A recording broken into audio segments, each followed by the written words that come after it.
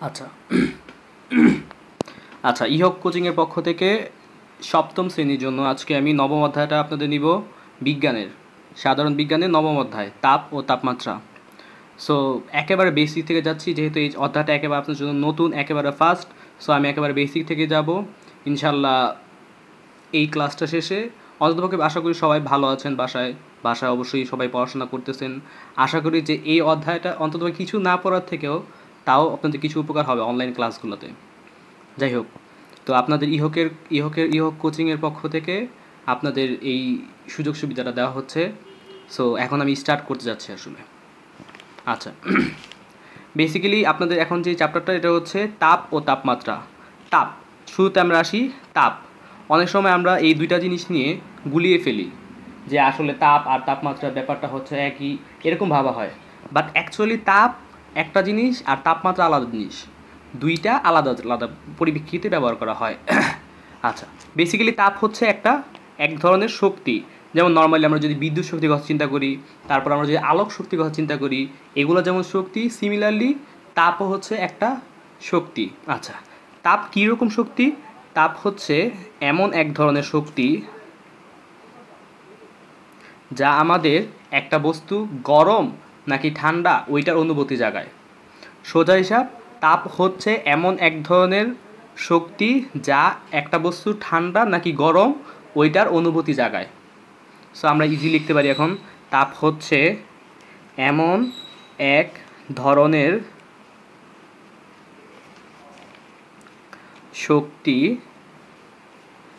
যা আমাদের গরম বা ঠান্ডা অনুভূতি জাগায়। সো এটা হচ্ছে আপনাদের বেসিক্যালি এই তাপের সংজ্ঞাটা। সো যেহেতু আমরা বলছিলাম তাপ হচ্ছে এক ধরনের শক্তি, সো নর্মালি আমরা জানি একটা জিনিস যে শক্তির একক হচ্ছে জুল। সো তাপের এককটা কি হবে? অবশ্যই জুল, যেহেতু তাপ এক প্রকার শক্তি। সো আমরা কি বলতে পারি যে তাপ শক্তির একক হচ্ছে জুল। যদি ইংরেজিতে আমি চিন্তা করি, ইংলিশে লেখা হয় এটাকে JOULE, সংক্ষেপে একে জেলি দিয়ে প্রকাশ করা হয়। আচ্ছা, ঠিক আছে। সো এখন আমি যদি কখনো কখনো একে বলা হয় ক্যালোরি, তাপশক্তির একক কখনো কখনো ক্যালোরি ইউজ করা হয়। বাট বেসিক্যালি যেহেতু তাপ এক প্রকার শক্তি, সো ওই হিসেবে অলওয়েজ তাপের এককটাকে জুল ব্যবহার করা হয়। বাট কখনো কখনো এটাকে ক্যালোরিতে ব্যবহার করে। সো আমরা ক্যালোরির সাথে একটা জুলের একটা সম্পর্ক আছে, সো ওই সম্পর্কটা আমি দেখতেই পারি চাইলে। সো এক ক্যালোরি সমান সমান বেসিক্যালি 1 ক্যালোরি সমান সমান 4.2 জুল। সো আমাদের যদি যাই থাকুক না কেন, পরীক্ষার সময় দিতে পারে যে আপনাদের ক্যালোরি দেওয়া থাকতে পারে বা জুল দেওয়া থাকতে পারে, যেটাই দেওয়া থাকুক সমস্যা নেই, আপনারা ক্যালোরি দেওয়া থাকলে ওইটাকে আপনারা জুলে কনভার্ট করে নেবেন। সো এটাই হচ্ছে আপনাদের মেইন টার্গেট পয়েন্ট। সো আমাদের তাপ গেল, তাপ আমরা পাইলাম, ঠিক আছে, তাপ শেষ। সো এখন আমরা তাপটা কি এটা বুঝতে পারছি। সো এখন আমরা যাব তাপমাত্রায়। সো তাপমাত্রাটা বেসিক্যালি কি? একটা বস্তু কতটুক গরম বা কতটুক ঠান্ডা, এইটা আমরা যার মাধ্যমে বুঝতে পারবো বা যেই পরিমাপের মাধ্যমে আমরা বুঝতে পারবো, ওইটাই হচ্ছে আমার জন্য কি তাপমাত্রা। সো আমি নর্মালি লিখতে পারি যে তাপমাত্রা হচ্ছে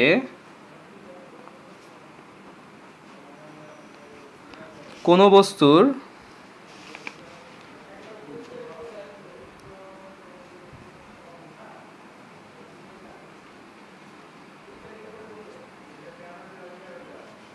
এমন একটি তাপীয় অবস্থা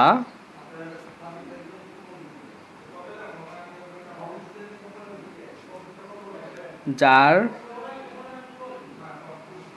মাধ্যমে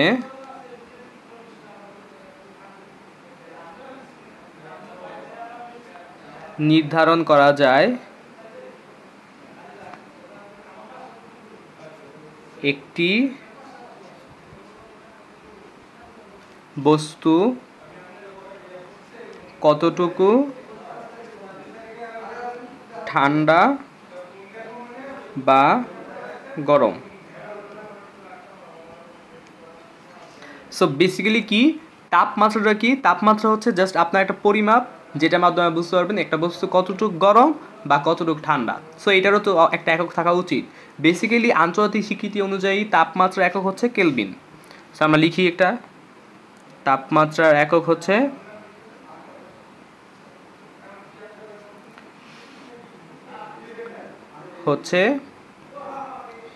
কেলভিন।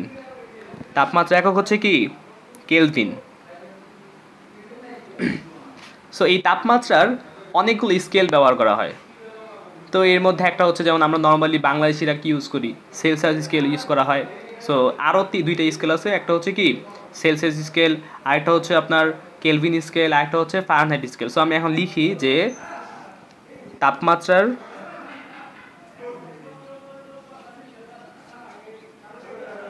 ব্যবহৃত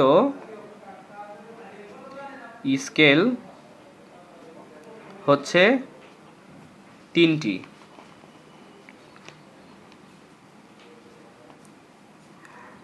এক নাম্বার হচ্ছে কি সেলসিয়াস, যেহেতু আমরা সবসময় সেলসিয়াস ইউজ করি, সো আমি এটাকে সবার ফার্স্ট লিখতেছি সেলসিয়াস।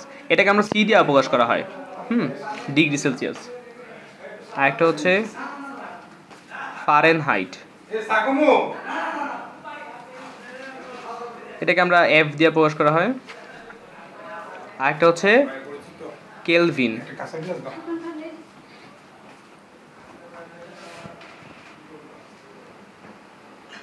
সো এইটাই আর কি, যে তাপমাত্রা স্কেল হচ্ছে বেসিক্যালি আপনার তিনটা, একটা হচ্ছে সেলসিয়াস, একটা হচ্ছে ফারেনহাইট, আর একটা হচ্ছে কেলভিন। সো বেসিক্যালি এদের মধ্যে একটা সম্পর্ক আছে। আচ্ছা, আমরা এর আগে একটু আমরা স্থিরাঙ্ক নিয়ে আলোচনা করি। স্থিরাঙ্ক, যদি আমরা স্থিরাঙ্ক নিয়ে আলোচনা করতে যাই, শুরুতে যেটা আসবে সেটা হচ্ছে যে স্থিরাঙ্ক ব্যাপারটা কি অ্যাকচুয়ালি।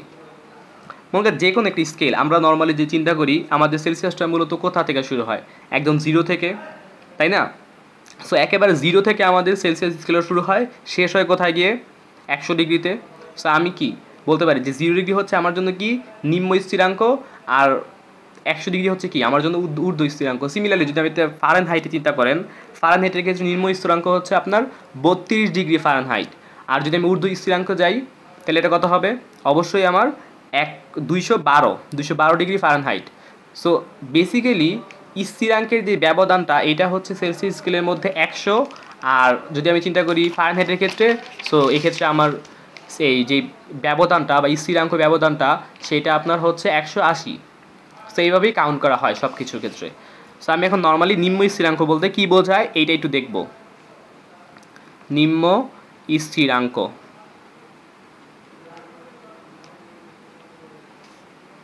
স্বাভাবিক চাপে, স্বাভাবিক চাপ বলতে কী বোঝায় 1 অ্যাটমসফিয়ার, নর্মাল একটা বায়ুচাপ, বায়ুচাপ তো আছেই। সো নর্মাল যে বায়ুচাপটা, এই বায়ুচাপের মধ্যে বা স্বাভাবিক বায়ুচাপে,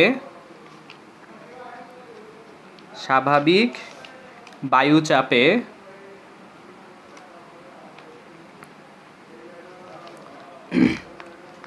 একটি বা স্বাভাবিক বায়ুচাপে কোনো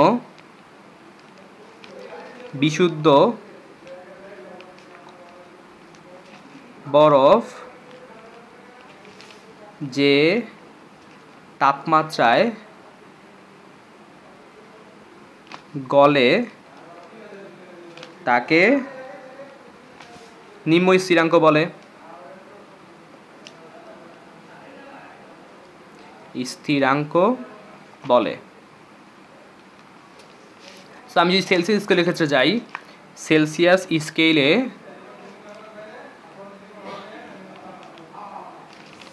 সেলসিয়াস স্কেলে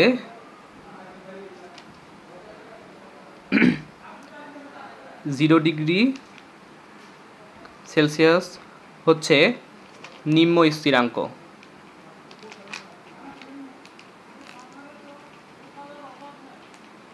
আর ফারেনহাইট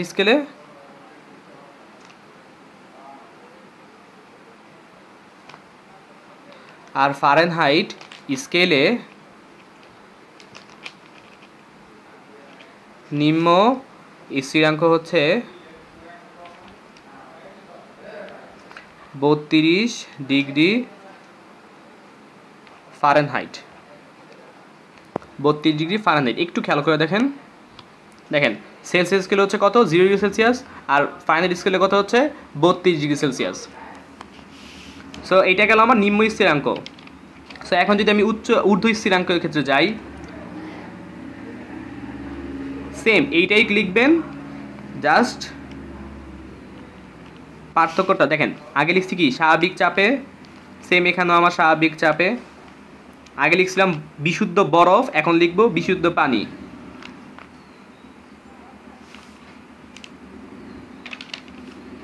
স্বাভাবিক বায়ুচাপে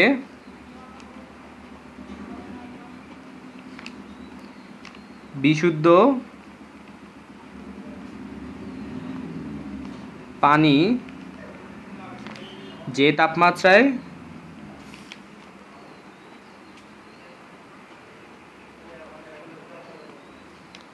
বাষ্পীভূত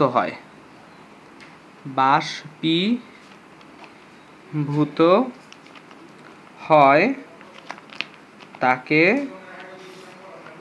ঊর্ধ্ব স্থিরাঙ্ক বলে।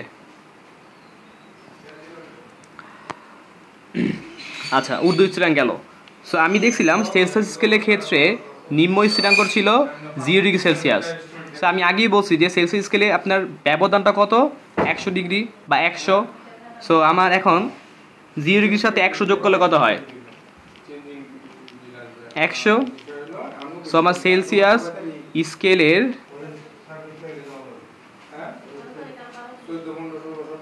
ঊর্ধ্ব স্থিরাঙ্ক হচ্ছে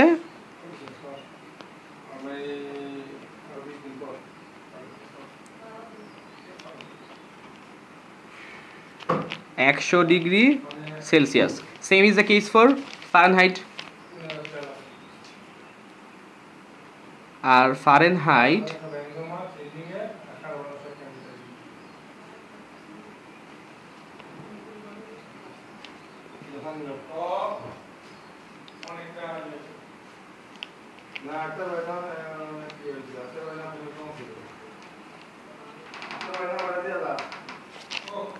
আচ্ছা, ফারেনহাইট স্কেলের ঊর্ধ্ব স্থিরাঙ্ক কত? ফারেনহাইট স্কেলের ঊর্ধ্ব স্থিরাঙ্ক হচ্ছে আপনার 212 ডিগ্রি ফারেনহাইট। সো এটা গেল বেসিক্যালি আমার নিম্ন স্থিরাঙ্ক আর ঊর্ধ্ব স্থিরাঙ্ক হিসাবটা। সো আবার যদি একটু দেখেন, সবাই একটু রিভিউ করতে পারেন, যদি ক্লিয়ারলি না দেখেন একটু দেখে নেন। লাগলে স্ক্রিনশট দিতে পারবেন, নো প্রবলেম। দেখেন, সো এর আগের পেজ যদি যাই, কিছু যদি মিসিং থাকে তাহলে একটু দেখে নেন। বাসায় বসে বসে একটু পড়বেন সবাই, যেহেতু ফ্রি আছেন, অফুরন্ত সময় আছে, আর এগুলো তো পড়তে হবে নিজে জানার জন্য, খুব ইম্পর্টেন্ট।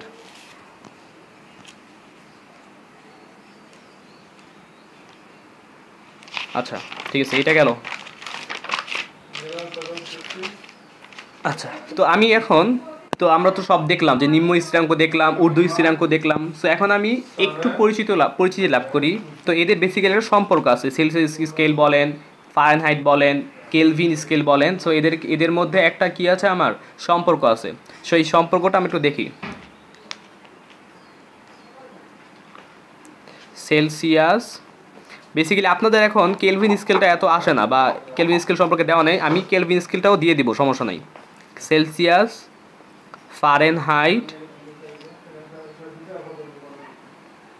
ও কেলভিন স্কেলের সম্পর্ক।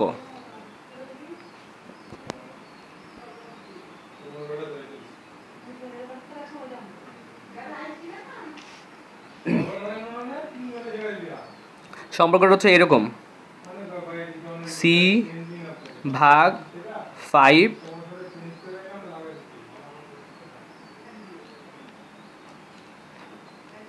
F-32/9 equal to K-273 ভাগ আচ্ছা, বি কেয়ারফুল অ্যাবাউট দ্যাট যে কেলভিন স্কেলে বেসিক্যালি আপনার নিম্ন স্থিরাঙ্কটা শুরু হয় আপনার 273 থেকে, আর এটা শেষ হয় ঊর্ধ্ব স্থিরাঙ্কটা শেষ হয় আপনার 373-এ গিয়ে। 5 সংখ্যা ব্যবধান কত আপনার 100, এটা একটু কেয়ারফুল রাখবেন। আর বেসিক্যালি আপনার কেলভিন স্কেলটা এত ইম্পর্টেন্ট না বা আসে না আপনাদের বইয়ে দেওয়া নেই কিছুই, আপনাদের এই দুইটা সম্পর্কে অনেক কিছু আছে, এইটা বেসিক্যালি আপনার 9-10-এ আছে। আচ্ছা সমস্যা না, আমি এটা এখন দিয়ে দিয়েছি, নো প্রবলেম।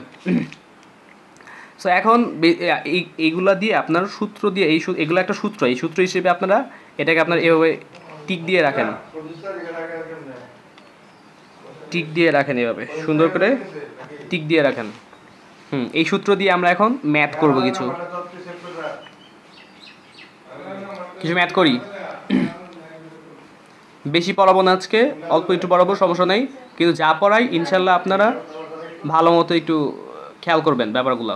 খুব ভালো একটা চ্যাপ্টার নিছি, লাগবে সারা জীবনই লাগবে এগুলা।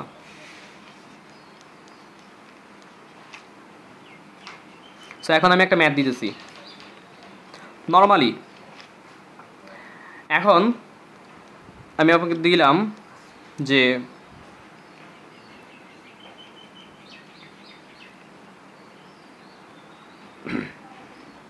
কোনো দিনের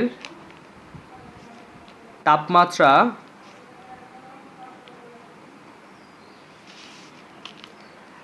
30 ডিগ্রি, একদম বেসিক একটা পিচ্ছি একটা ম্যাথ দিয়েছি, বাচ্চা বলেন ম্যাথ দিয়েছি। তাপমাত্রা 30 ডিগ্রি সেলসিয়াস হলে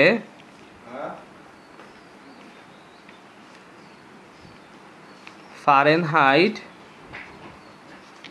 স্কেলে কত হবে? খুবই ইজি একটা ম্যাথ, বাচ্চা কাচ্চাদের ম্যাথ দিছি, সমস্যা নেই, এটা করেন। আচ্ছা আমি করাই দিচ্ছি, সমস্যা নেই। সলিউশন দেওয়া আছে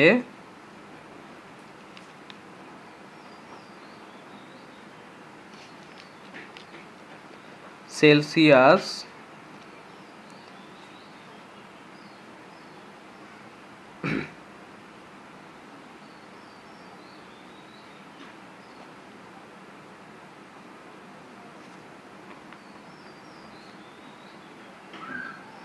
তাপমাত্রা C equal to 30 degree Celsius.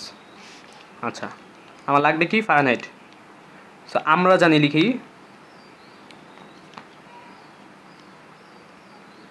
আমরা জানি সি ভাগ 5 এফ মাইনাস 32 ভাগের 9। সো এখন আমি কি দিব, জাস্ট এখানে আমার কোন মানটা দেওয়া ছিল, সেলসিয়াস স্কেলে মানটা দেওয়া ছিল। সো এই সি এর জায়গায় জাস্ট আপনি 30 বসায় দিবেন, বসায় দিলেন, এককটা লাগবে না, আপনি তো ফারেনহাইটের একক জানেননি, ডিগ্রি এফ। আচ্ছা সো আপনি লাগবে কি, এফ এরটা লাগবে, এফ এর মান বা ফারেনহাইট স্কেলের মানটা লাগবে। সো আমি এখন করি, এইটার সাথে এইটা কাটাকাটি করলে কত হয়, 30-এর সাথে 5 কাটাকাটি করলে কত হয়, 5 6 30। সো আপনার উপরে কী থাকতেছে, 6 থাকতেছে, আর নিচে থাকতেছে এফ মাইনাস 32 ভাগের 9। সো এখন আমি আড়াআড়ি গুণ করি, নর্মালি একটা আড়াআড়ি গুণ আমরা প্রসেস এখানেই করে দিই। আড়াআড়ি গুণের যে প্রসেসটা ছিল এরকম যে এইটার সাথে এইটা কোনাকুনি যেটাকে বলে, এইটার সাথে এইটা, এইটার সাথে এইটা, 6 নিচে মনে মনে কত আছে 1। আচ্ছা সো এফ মাইনাস 32 এটার সাথে গুণ যাবে কি 1-এর। সো আমি আপনার একদম ক্লিয়ারলি লিখে দিচ্ছি 1, আর ওইখানে কি গুণ যাবে 9 into 6। So F minus 32 into 1, কোনো কিছুর সাথে 1 গুণ করা মানে কি ওইটাই। সো এফ মাইনাস 32 আর 6 নং কত 54। সো 54 লিখলাম। সেম এফ ইকুয়াল টু কত, তাইলে এখানে মাইনাস আছে, সমান সমান এক পাশে বিয়োগ থাকলে আরেক পাশে গিয়ে কী হয়, যোগ হয়। সো 54-র সাথে 32 কী হবে, যোগ হবে। সো এফ ইকুয়াল টু কত হচ্ছে, 4 আর 2 কত 6, 5 আর 3 কত 8। সো আমার ফারেনহাইট স্কেলে ওই তাপমাত্রাটা হচ্ছে এত ডিগ্রি ফারেনহাইট। সো আমি এখন লিখবো যে উত্তর এভাবে লিখবো, অতএব ওই দিনের তাপমাত্রা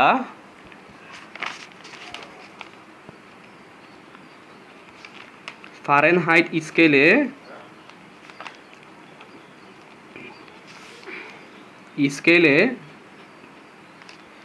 86 ডিগ্রি ফারেনহাইট। সো একটু যারা এখনো কনফিউশনে আছেন তাদের জন্য আরেকটা ম্যাথ আমি দিচ্ছি। সো লিখেন, এখন এই এতক্ষণ তো আমি করলাম কি সেলসিয়াস থেকে ফারেনহাইট, সো এখন আমি ফারেনহাইট থেকে সেলসিয়াস দিব।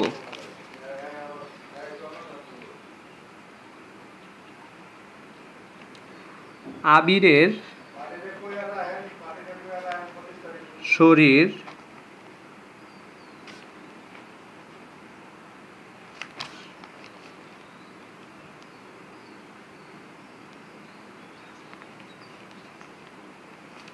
জ্বর জ্বর লাগাতে তার মা থার্মোমিটারে তার জ্বর পরিমাপ করলো।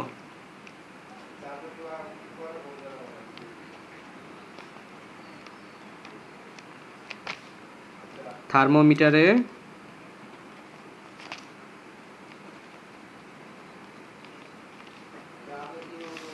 জ্বরের পরিমাপ ছিল 101 ডিগ্রি ফারেনহাইট। সো এখন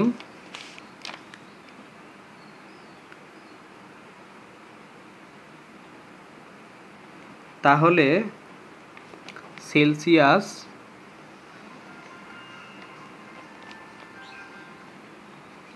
স্কেলে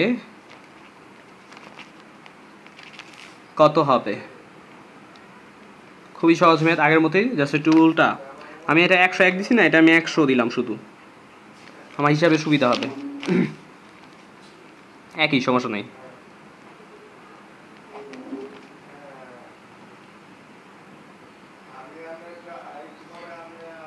দেওয়া আছে লিখি, হ্যাঁ দেওয়া আছে জ্বরের পরিমাপ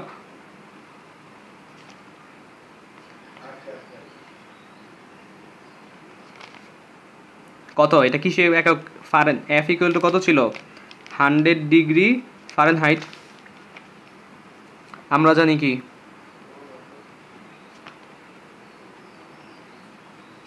আমরা জানি C/5 F-32 ভাগে 9। সো আমি আগে কি করতাম, সি এর জায়গায় এইটার মান বসাইতাম, তখন আমার মানটা কিসে দেওয়া ছিল সেলসিয়াসে। সো এখন যেহেতু মানটা আমার এফ ফারেনহাইটে দেওয়া আছে, সো আমি এফ এর জায়গায় কি লিখবো, ওই মানটা লিখবো। সো লিখি, এফ এর জায়গায় এখন কত হবে 100 লিখলাম, 100 বিয়োগ কত 32 ভাগের 9।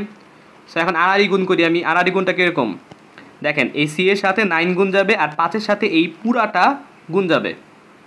আচ্ছা আমি আরেকটু করিই নেই তাইলে, একেবারে 100 থেকে 32 বাদ দিলে কত থাকে, 2 আছে 10 হবে, 8 হইলে হাতে আছে 1, 4 আছে 10 হইব কত হইলে 6 হইলে ভাগে 9। সো 9 বা সি ইন্টু 9 ইকুয়াল টু কত 5 ইন্টু 68।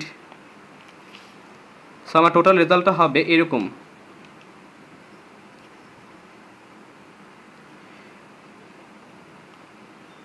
এটার সাথে এটা কি আকার আছে, সি এর সাথে 9 কি আকার আছে, গুণ আকার আছে। সো ওই পাশে গেলে কি হবে, ভাগ দিলাম। সো এখন এই রেজাল্টটা আপনারা বসাবেন, এটাই আপনাদের কাজ। এই রেজাল্টটা আপনারা নিজেরা করে বসাবেন। আপনাদের এটা কাজ। সবাই একটু খুব সুন্দর করে একটু খেয়াল করেন, দেখেন।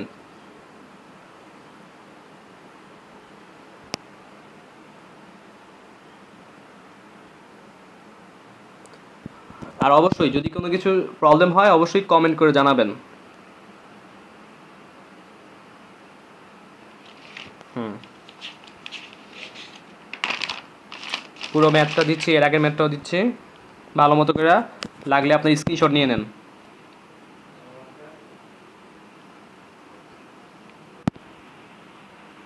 আচ্ছা আচ্ছা, এখন আরেকটা জিনিস একটু মানে পড়ার টপিকের বাহিরে আমি যাচ্ছি। মানে এই চ্যাপ্টারই একটা ম্যাথ আপনার এবার দিতেই পারে, যদি দেয় তাহলে কোনো সমস্যা নেই, না দেওয়ার সম্ভাবনা 98%, বাট 2% দিতেও পারে। আচ্ছা, সো এমন মাঝে মাঝে এরকম হয় যে সেলসিয়াস স্কেলের আপনার একটা স্থিরাঙ্ক নিচ্ছেন, মানে নিম্ন স্থিরাঙ্ক ঊর্ধ্ব স্থিরাঙ্ক নিচ্ছেন, এটা সেলসিয়াসের ক্ষেত্রে ফারেনহাইটের ক্ষেত্রে নিচ্ছেন। সো মাঝে মাঝে এরকম হয় যে সেলসিয়াস স্কেলে যতটুকু পরিমাণ স্থিরাঙ্ক যাচ্ছে ফারেনহাইট স্কেলে সেম একই পরিমাণ স্থিরাঙ্ক যাচ্ছে। সো এইটা কোন তাপমাত্রার ক্ষেত্রে হয়, এরকম একটা প্রশ্ন আসতেই পারে। সো আমি এটার প্রশ্ন এরকম হবে যে কোন তাপমাত্রায়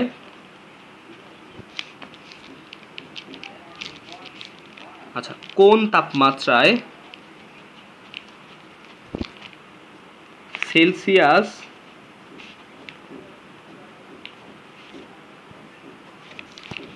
সেলসিয়াস ও ফারেনহাইট স্কেলে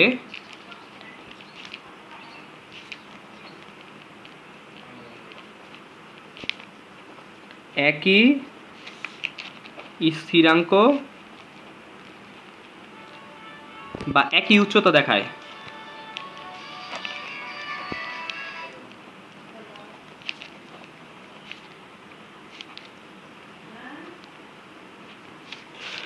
সো এক্ষেত্রে আমি যদি সলিউশনটা করি এরকম হবে, মনে করি বা ধরি যাই লেখেন, মনে করি x ডিগ্রি সেলসিয়াস তাপমাত্রায়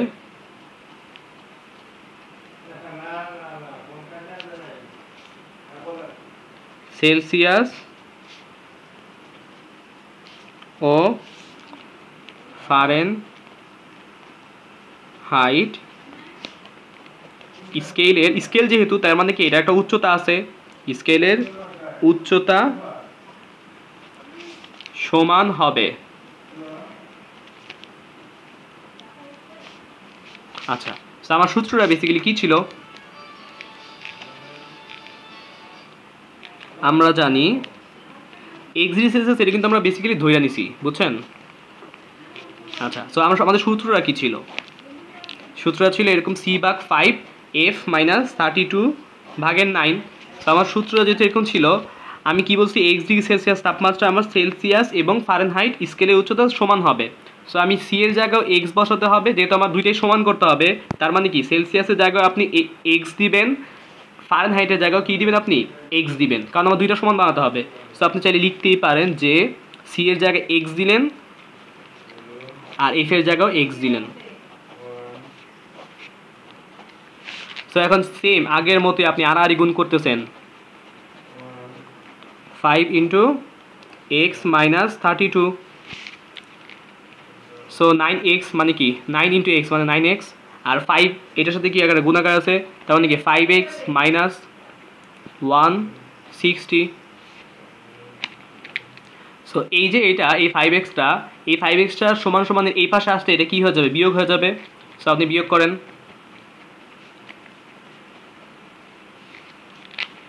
9x - 5x, এটার রেজাল্ট কত হয়, 4x - 160। So x equal to কত হবে, -160/4। সো কাটাকাটি করলে আপনার কত হবে, -40, 4 4 যেহেতু 16, 40। সো অতএব আমি বলতেই পারি যে লিখে দিই এখানে, অতএব -40 সেলসিয়াস তাপমাত্রায়, অতএব -40 ডিগ্রি সেলসিয়াস তাপমাত্রায় সেলসিয়াস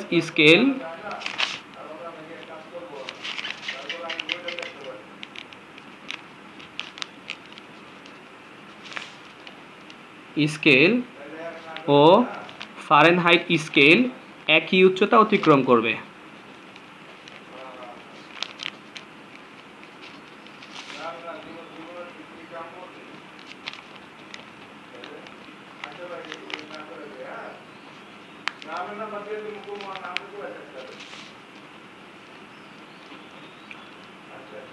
এটা খুবই একটা ইজি একটা ম্যাথ, শিখে রাখা উচিত পরীক্ষার জন্য না আসলে বেসিক্যালি আপনার শিখে রাখা উচিত সব কিছুই। আচ্ছা, সো এইটা হচ্ছে আপনার পুরো ফুল ম্যাথটা, একটু সবাই একটু ক্লিয়ার করে দেখেন, না বুঝলে কমেন্ট করেন অবশ্যই। ঠিক আছে।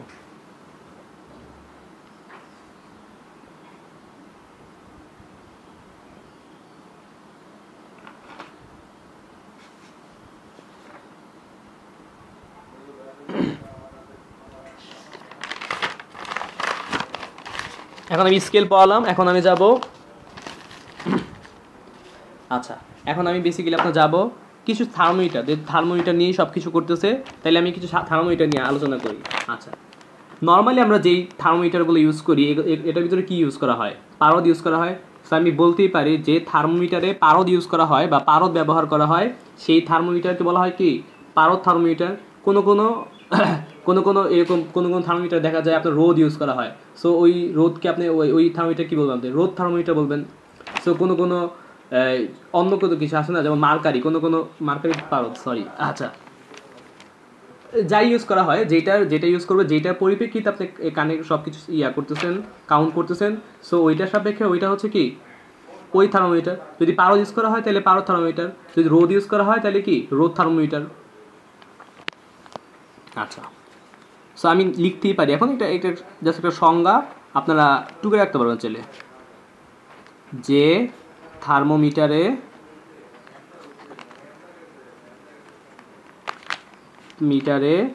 পারদ ব্যবহার করা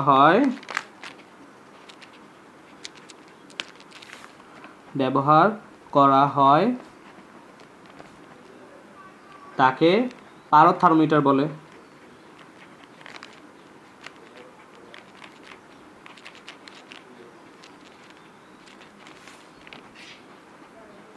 আচ্ছা, নর্মালি আপনি তো যদি একটা বস্তুর মধ্যে আপনি তাপ প্রয়োগ করতেছেন, সো তাপ প্রয়োগ করলে ওইটার ভিতরে কি আপনার ওইটা কি স্থির থাকবে? অবশ্যই ওইটার অনুপরমাণু কি হবে? সঞ্চালিত হবে, মানে এক স্থান থেকে আরেক স্থানে যাবে। সো তাপ প্রয়োগের ফলে এখন একটা বেসিক জিনিস বুঝেন, যেই পদার্থটা, দুইটা বস্তু আপনি একসাথে রাখতেছেন, একসাথে রেখে এখন একসাথে কানেক্ট করতেছেন। সো এখন সবসময় মনে রাখবেন, তাপ অলওয়েজ বেশি তাপমাত্রা থেকে কম তাপমাত্রার দিকে সঞ্চালিত হয়। আচ্ছা, তাপ যে বেশি তাপমাত্রা থেকে কম তাপমাত্রার দিকে সঞ্চালিত হচ্ছে, এটাকে বলা হয় তাপ সঞ্চালন। সো আপনারা লিখেন, এইটা সংজ্ঞাটা লিখেন, তাপ সবসময় বেশি তাপমাত্রা থেকে কম তাপমাত্রার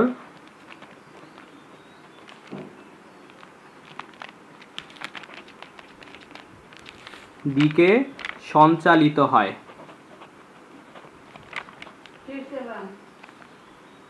একে তাপ সঞ্চালন বলে।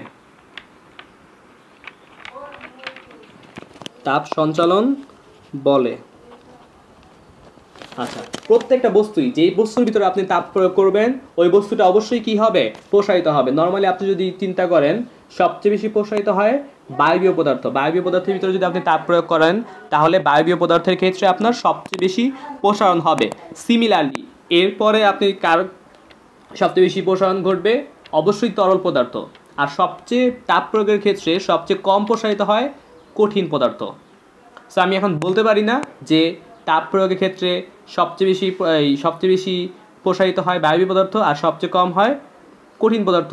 সো এইভাবে আমি লিখে নিই, এটা একটা জাস্ট মাথার ভিতরে ক্লু হিসেবে রেখে দেন। তাপের প্রসারণ সবচেয়ে বেশি হয় কি? বায়বীয়, এরপরে কি? তরল, এরপরে কি? কঠিন। সো খুবই সহজ আসলে। আচ্ছা, ঠিক আছে, সো এইটাই তো। এখন আমি যেটা নিয়ে আলোচনা করব, কিছু তাপের ব্যবহার, যেগুলো নাকি আপনাদের না জানলেই নয় একেবারে। সো তাপের ব্যবহার।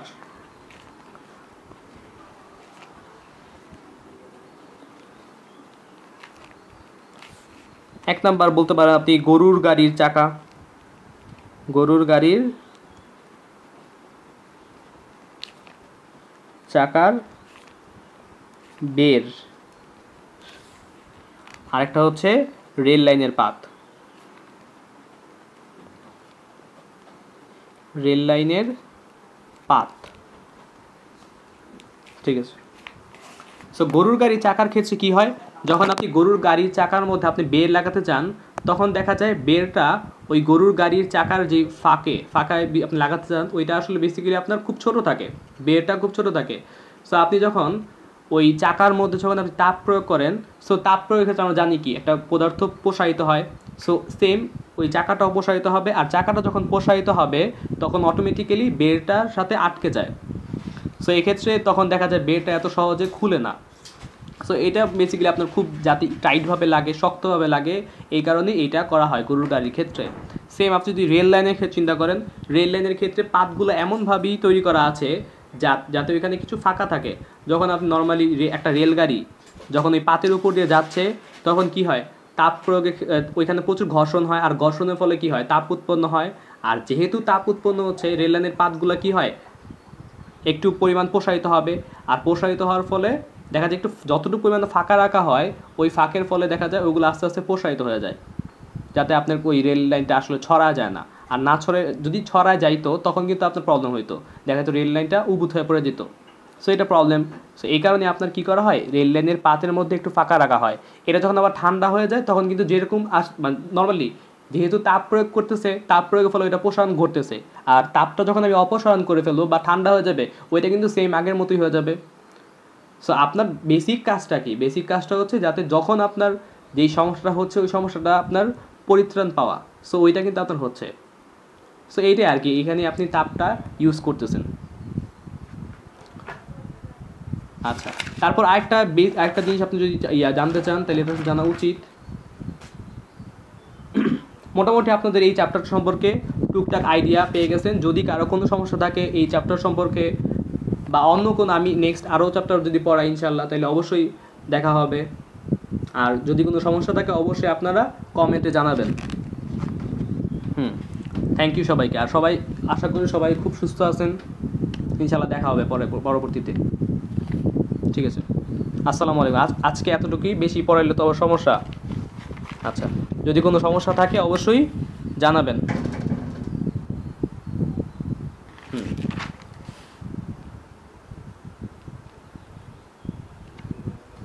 আচ্ছা, ঠিক আছে, আসসালামু আলাইকুম।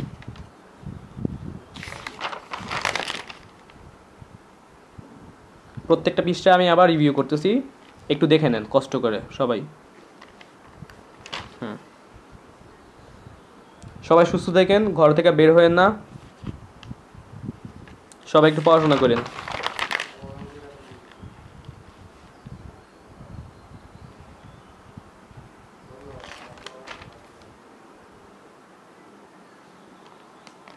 প্রত্যেকটা পৃষ্ঠা আমি রিভিউ করলাম। ঠিক আছে, আচ্ছা, আসসালামু আলাইকুম।